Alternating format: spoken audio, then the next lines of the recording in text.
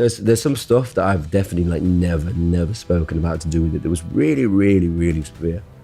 And it was a problem. He was on the podcast and he talked about his struggles. Struggling with all of these things, the change in his life. We all wish and dream for that. Yeah. But then the reality is something that no one can be prepared for. Yeah. And I think we were just hung out as friends. That's why I was so shocked and surprised when I heard the news, you know. Simon Cowell made a call that would change 5 teenagers' lives forever. But for one of them, that decision would eventually become his darkest burden. On July 23, 2010, when Judge Nicole Scherzinger convinced Cowell to group together 5 failed solo contestants, she specifically pointed at Liam Payne's photo and said something chilling. He could actually be the leader. What nobody knew was that this 16-year-old kid who had already been rejected by X Factor once before would carry the weight of that leadership role until his tragic death at age 31. When Liam walked onto the X Factor stage in 2010, he was already battle-tested. 2 years earlier, at age 14, he'd impressed the judges with his voice, but Simon Cowell told him to come back when he was ready. That rejection could have ended everything, but Liam took it as a challenge. He returned in 2010 and delivered a performance so powerful that 2 judges gave him a standing ovation. Cowell himself said, based on talent, absolutely incredible, and sent him through to the next round. Everything seemed perfect, except Liam didn't make it as a solo artist. He failed at the boot camp stage along with 4 other boys named Harry Styles, Niall Horan, Lewis Tomlinson, and Zayn Malik. Liam stepped in, you brought it back together. That's what bands do. Based on talent, absolutely incredible. One massive, fat, almighty yes. Thank you so much. But here's where the story takes its first major turn. The judges saw something in these 5 rejected contestants and decided to group them together for the groups category. Behind-the-scenes footage that surfaced years later shows exactly how it happened. Nicole Scherzinger was flipping through photos of eliminated contestants when she stopped at Liam's picture. Simon Cowell actually suggested putting Liam in a different group, but Scherzinger pushed back hard. She insisted that if Liam was the standout talent, he should be the leader of this particular group. That decision placed an enormous burden on a 16-year-old kid who was about to be thrown into the biggest boy band phenomenon since the Beatles. One Direction didn't win X Factor. They came in 3rd place behind Rebecca Ferguson and winner Matt Cardle. But Simon Cowell saw their potential and signed them to his label Psycho Music for a reported £2 million within weeks of the show ending. Their debut single, What Makes You Beautiful, dropped in September 2011 and hit #1 on the UK singles chart.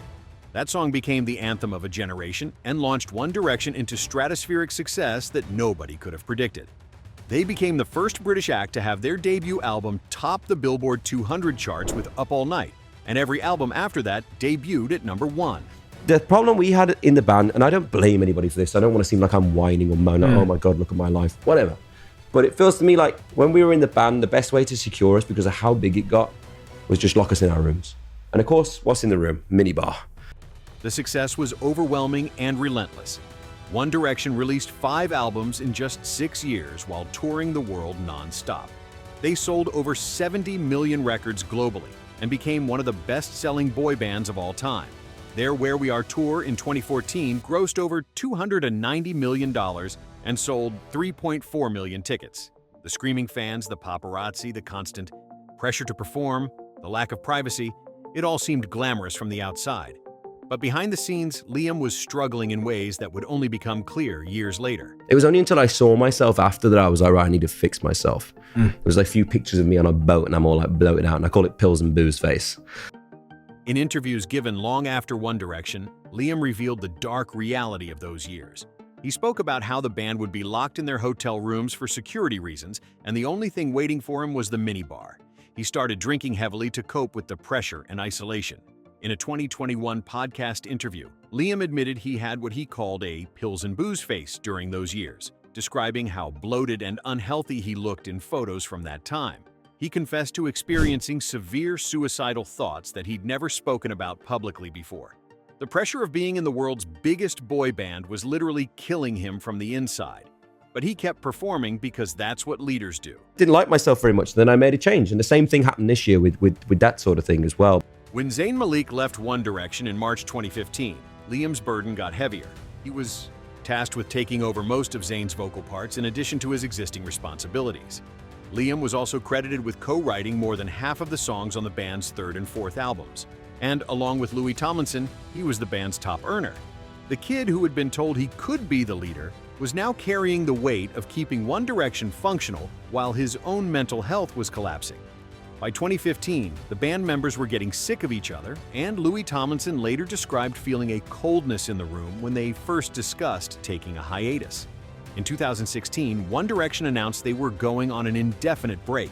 And I thought, well, I'm going to have a party for one. And that just seemed to carry on throughout many years of my life. And then you look back, how long you've been drinking and stuff, where you're like, Jesus Christ, that's a long time. Even for someone who's, as young as I was. The hiatus should have been a relief for Liam, but instead it presented a new kind of pressure. All 5 members were launching solo careers, and the comparisons were inevitable. Zayn Malik's debut album, Mind of Mine, dropped in March 2016 and immediately hit #1, making him the first male UK solo artist to debut at #1. With their first album, the album reached 1 billion Spotify streams within a year. Harry Styles was building a massive solo career that would eventually eclipse One Direction's success. Niall Horan was finding his own path with a more acoustic sound. Even Louis Tomlinson was carving out his niche. Liam was the last member to release solo music, and sources close to him later revealed that he became depressed watching his former bandmates achieve solo success while he was still trying to figure out his direction. If you are still watching, stay here, because what we are going to reveal about Liam's mental health will absolutely shock you. But it was almost like making a TV show every week with new songs and songs that I hadn't sang since whatever, songs I'd never heard before. And I just would turn up and do it. And we did really, really well, and I loved that.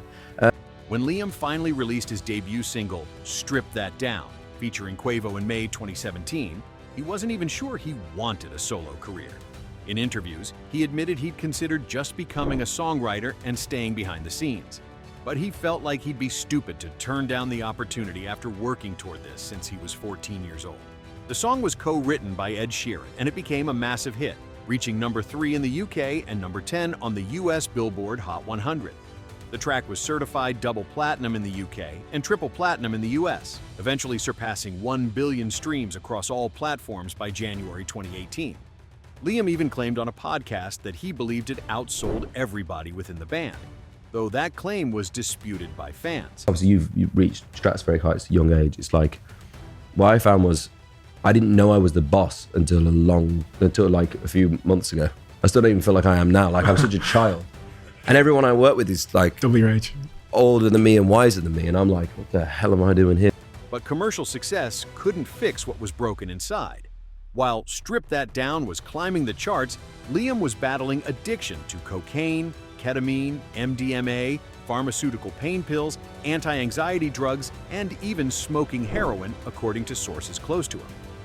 He started dating model Maya Henry in 2018 after meeting at a fashion show in Italy, and he proposed to her in 2019. But the relationship was turbulent from the start because of Liam's substance abuse. Henry later told Rolling Stone that it was initially the drug use and addictions that tore them apart, describing how difficult it is to be with an addict. By the time they broke up in 2022, Henry had discovered the full extent of his drug use and the toxic patterns in their relationship. Liam released his debut album, LP1, in December 2019, but it peaked at only #17 on the UK charts. The album didn't achieve the same level of success as his debut single, and sources said this added to his depression. His sober coach Chip Summers later explained that as an artist coming out of One Direction, Liam didn't have time to stop and do the therapeutic work he needed. He had to keep moving forward with his career, which limited his ability to focus on sobriety and mental health. The pressure was crushing him, and the drugs were his only escape. Cowell also recalled spending time with Payne a year before his death, reflecting on how he was doing at the time. And I'd seen him like a year before in this room, and I remember seeing him walk into this room. In 2023, Liam announced on YouTube that he'd achieved 100 days of sobriety after staying at a rehab facility. He seemed optimistic and said he felt like he had more of a grip on life and everything that had been getting away from him. He planned to tour Latin America in September 2023, but had to cancel after being hospitalized with a kidney infection. The kidney problems weren't new for Liam.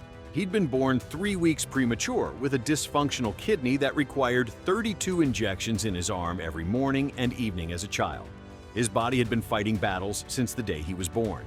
God, you look amazing, Liam. You know, you look great. What have you done? Well, I'm going to the gym and blah, blah, blah. We talked about his son and, you know, how much it means to be a dad. And In early October 2024, Liam traveled to Buenos Aires, Argentina, with his girlfriend Kate Cassidy. He needed to renew his USO visa at the American Embassy there, and he also wanted to attend his former bandmate Niall Horan's concert at the Movistar Arena. Kate left Argentina on October 14th to return to Florida, but Liam stayed behind.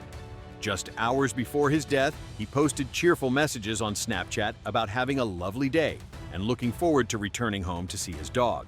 He had fallen from his third-floor balcony and died from multiple traumas and internal and external bleeding. Prosecutors ruled out suicide. If you've made it this far, hit that subscribe button and drop a comment sharing your favorite Liam Payne memory.